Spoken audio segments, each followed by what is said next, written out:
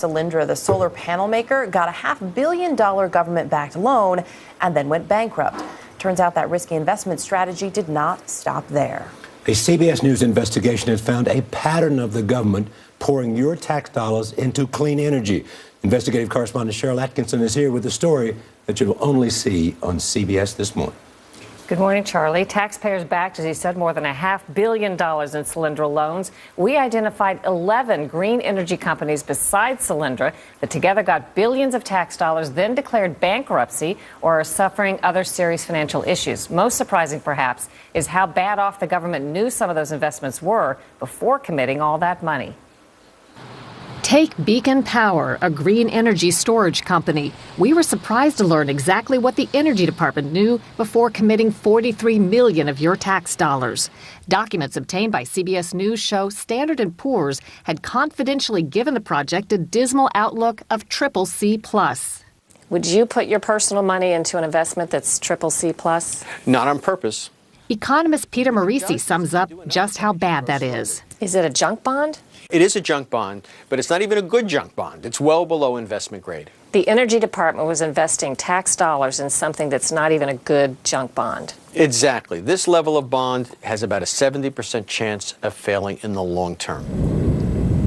In fact, Beacon did go bankrupt 2 months ago, and it's unclear whether taxpayers will get all their money back. And the feds made other loans when public documents indicate they should have known they could be throwing good money after bad. It's been 4 months since the FBI raided bankrupt Solyndra. It received $500 million tax dollars and became a political lightning rod, Republicans claiming it was a politically motivated investment. We counted 12 clean energy companies that are having trouble after collectively being approved for more than $6.5 billion in federal assistance. 5 have filed for bankruptcy: the junk bond-rated Beacon, Evergreen Solar, SpectraWatt, AES's subsidiary Eastern Energy, and Solyndra. Others are also struggling with potential problems. Nevada Geothermal, a home state project personally endorsed by Senate Majority Leader Harry Reid, warns of multiple potential defaults in new SEC filings reviewed by CBS News. It was already having trouble paying the bills when it received $98.5 million in Energy Department loan guarantees. SunPower landed a $1.2 billion loan guarantee last fall after a French oil company took it over. On its last financial statement, SunPower owed more than it was worth. First Solar was the biggest S&P 500 loser in 2011, and its CEO was cut loose, even as taxpayers were forced to back a whopping $3 billion in company loans. Nobody from the Energy Department would agree to an interview. Last November, at a hearing on Solyndra, Energy Secretary Steven Chu strongly defended the government's attempts to bolster America's clean energy prospects. In the coming decades, the clean energy sector is expected to grow by hundreds of billions of dollars. We're in a fierce global race to capture this market. Economist Morici says even somebody as smart as Secretary Chu, an award-winning scientist, shouldn't be playing venture capitalist with tax dollars. Tasking a Nobel Prize mathematician to make investments for the U.S. government is like asking the manager of the New York Yankees to be the general in charge of America's troops in Afghanistan. It's that absurd. A couple of questions. Does the government believe that this kind of economic support to these companies is a success story?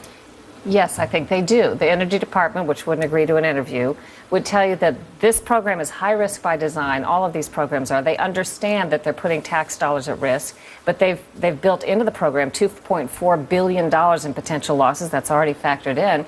And they understand there's what they say, valid philosophical debate over whether this is the government's role. But they point out that both Democrats and Republicans in Congress and Democrat and Republican presidents have supported the idea. And how do the companies explain the failure? The companies are saying that the ones that have failed, there's really nothing much to say about that. But the ones that are still in business say they are very different than Solyndra. There are not many similarities, that their projects have more support, that the projects are sound, even though they've hit some bumps across the way. And in some cases, they actually have guaranteed markets for their clean energy products. I should mention that AES, one of the companies, said that it has canceled the loan, and the House Energy Department, the House Oversight Committee, is investigating all of this. Cheryl, thanks. Always good.